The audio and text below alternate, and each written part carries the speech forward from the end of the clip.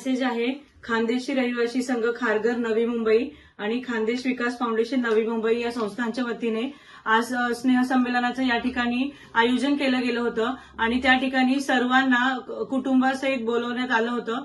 मी त्या ठिकाणी उपस्थित राहिले माझे बांधव खानदेशी बांधवांना घेऊन आणि तिथे असं दिसलं की तिथे खानदेशी सोडून इतर काही लोक भारतीय जनता पार्टीचे काही उमेदवार मी प्रभाग क्रमांक 4 मधून उमेदवारी दिलेली आहे आणि इथले काही नगरसेवक जे आता उमेदवारी पदासाठी तिथे आहेत ते तिथे होते। मला हे समजलं नाही की हा कार्यक्रम नक्की भारतीय जनता पार्टीचा होता की खानदेशींचा होता। जर खानदेशींचा होता तर मग हे इथले प्रवीण काळूराम पाटील असतील, वासुदेव पाटील असतील, अनिता पाटील असतील किंवा आमदार महेश बालदी असतील यांचं तिथे काय काम होतं। तिथे कुठेही आम्हाला भारतीय जनता पार्टीचं बॅनर दिसलं नाही। तो खानदेशी रहिवासी संघाचा एक प्लॅटफॉर्म वापरून तिथे खानदेशांना चुकीचं मार्गदर्शन करण्यासाठी या ठिकाणी त्यांचे प्रयत्न चालू होते। आम्ही जेव्हा तिथे गेलो तर मी जाऊन स्टेजवर बसले, त्यांनी मला स्टेजवरून उतरण्यास सांगितलं। मी स्टेजवरून जेव्हा उतरले नाही तेव्हा त्यांनी माझ्यासोबत जे माझे बांधव आले होते त्यांच्यावर हात उचलले, त्यांना मारण्याची धमकी दिली, आम्हाला सगळ्यांना बाहेर काढण्याचा प्रयत्न केला। मला सुद्धा त्यांनी स्टेजवरून बाहेर काढलं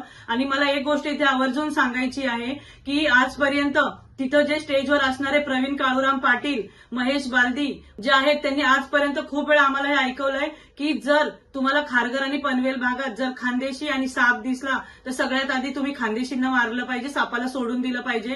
हे वाक्य आम्ही खूप वेळा त्यांच्या तोंडून ऐकलंय। आजपर्यंत ज्यांनी खानदेशींचा तिरस्कार केला आज त्यांना खानदेशींची मतं पाहिजेत, त्याच्यासाठी फक्त ते खानदेशींचा उपयोग करून घेत आहेत। मी आमदार महेश बालदी साहेब आपल्याला एवढं सांगू इच्छिते, आपण उरणमध्ये दमदाटी करून सत्ता आणण्याचा प्रयत्न केला पण भावनाताई घाणेकरांनी आपल्याला घरचा रस्ता दाखवलेला आहे। कृपया करून आपण माझ्या वाटेला लागू नका। मी माझा शांततेत माझा प्रचार करते।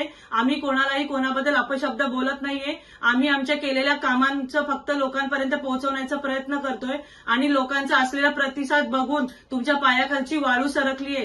तुम्ही अनेक ठिकाणी इथेच नाही अनेक ठिकाणी अनेक समाजामध्ये जाऊन जे आमच्यावर खोटे आरोप करतायत हे सुद्धा लोकांना पटत नाहीयेत। त्याच्यामुळे तुम्ही पुन्हा असा प्रयत्न करू नका। भावनाताई घाणेकरच्या हातून तुम्ही सुटला असाल, परंतु मी शांततेत सगळं करत असताना मी तुमच्या वाटेला जात नसताना जर तुम्ही मला अंगावर घ्यायचा प्रयत्न केला तर मी तुम्हाला शिंगावर नक्कीच घेईन।